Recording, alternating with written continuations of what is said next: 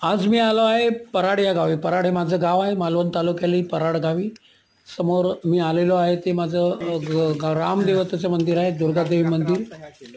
काय आज संपूर्ण तुम्ही बघू शकता पाणी आलंय, संपूर्ण पावसाचं पाणी दिसतंय. हा पूर आहे, खूप पाऊस पडलाय इकडे मालवण तालुक्यात आणि त्याचेच परिणाम म्हणून हा संपूर्ण पुराचं पाणी चारी बाजूने मंदिर वेढलेलं आहे पुराने आणि भरपूर असं पाणी आलेलं आहे. मंदिराच्या जवळजवळ पायरीपर्यंत पाणी लागलेलं आहे आणि ही पुढची पायरी तुम्ही पाहू शकता. पायरी आणि हे मंदिर संपूर्ण पाणी एक झालेलं आहे आणि वरती जे दिसतं आहे तो संपूर्ण पाण्याचा भाग दिसतो आहे, तो शेती आहे त्याच्या खाली. आणि हा मंदिर बघू शकता तुम्ही, मंदिरापर्यंत पाणी आलेलं आहे.